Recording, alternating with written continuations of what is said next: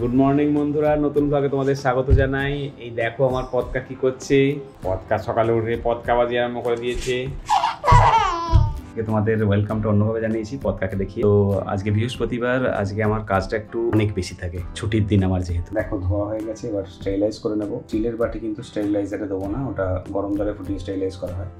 চলে এলাম স্টেরিলাইজ করতে দিয়ে, এখন করে নিচ্ছি ওর বিসলেরির জলটা গরম। এই দেখো বন্ধুরা, ওদিকে আমি গরম জলটা করছিলাম আর তারপর আমার ওষুধ খাওয়াচ্ছিল, ঘুম পাড়িয়ে দিয়েছিল। আবার টানা 3 মিনিট ঘুমানোর পর উঠে পড়েছে। হাসিটা তো তোমার অসাধারণ, এটা কি হাসি।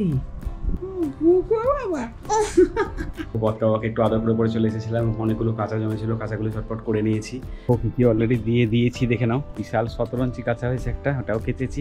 এবার বন্ধুরা সব শুকোতে দেওয়া হয়েছে, টোটাল কাঁচাটা দেখে নাও। আমার ছুটির বার মানে কি বুঝতে পারছো বন্ধুরা, সকাল থেকে নিজের কাজ বলতে শুধু নিজে একটু খেয়েছি।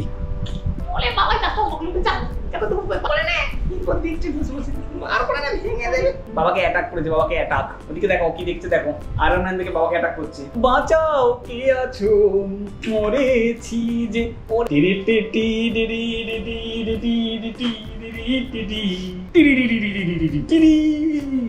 তোমরা কি বিশেষ কারোর সঙ্গে ডান্স করো? আমি স্টেপটা দেখিয়ে দিচ্ছি।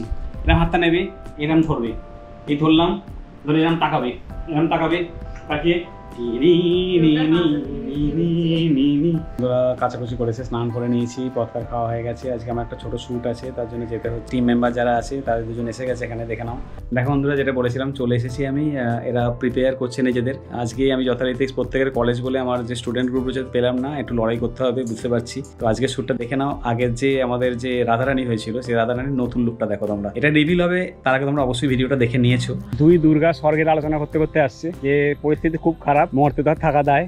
দেখো কদিন পর হয়তো আর কাশবন পাওয়া যাবে না, কারণ দেখবি সব পুড়িয়ে দেওয়া হচ্ছে। রাস্তা, ইমারত, বাড়ি, তার মধ্যে যেটুকু সুযোগ পেয়েছি আমরা করছি। ও কত কষ্ট করে যাচ্ছে দেখো, মানে ও শ্যুটের জন্য ডেডিকেটেড পুরো। ঠিক আছে, আগুন জ্বলছে দেখছো, তার মধ্যেই শ্যুট চলছে।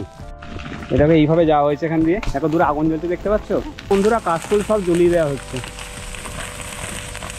আমরা সত্যি খুব কষ্ট পেলাম, খুব কষ্ট পেলাম। কিন্তু এরকম খারাপ দৃশ্য সত্যি খুব খারাপ লাগলো। কাশফুলের জায়গা পুরোপুরি পুড়িয়ে দেওয়া হচ্ছে, মানে এটা আমরা জাস্ট কোনোদিন ভাবিনি। সামনে দুর্গাপুজো, যেখানে আমরা জানি যে দুর্গাপুজো মানে কাশফুল, কাশের বাগান। তো সেখানে দুর্গাপুজোর আগেই, মা আসার আগেই যে এইভাবে কাশফুলকে পুড়িয়ে ফেলা হয়, সেটা তোর সামনে এসে শুট করতে এসে দেখবো, তা ভাবিনি। সত্যি কথা বলতে কি বন্ধুরা, আমি মর্মাহত বলতে পারো। একটা কাশের বন এখন তো খুঁজে পাওয়া যায় না, শুধু বিল্ডিং খুঁজে পাওয়া যায়। তোর কেমন লাগছে বলতে, এটা কি ভালো লাগছে? ও বাচ্চা মনেও কিন্তু একটা বাজে এফেক্ট করছে। আমরা কি সত্যি শুধু বিল্ডিংয়ের উপরেই বাস করব? আমাদের কি গাছপালা, সব সৌন্দর্য কিছুই দরকার নেই? তোমরা উত্তর দিও বন্ধুরা, মনটা একটু খারাপ।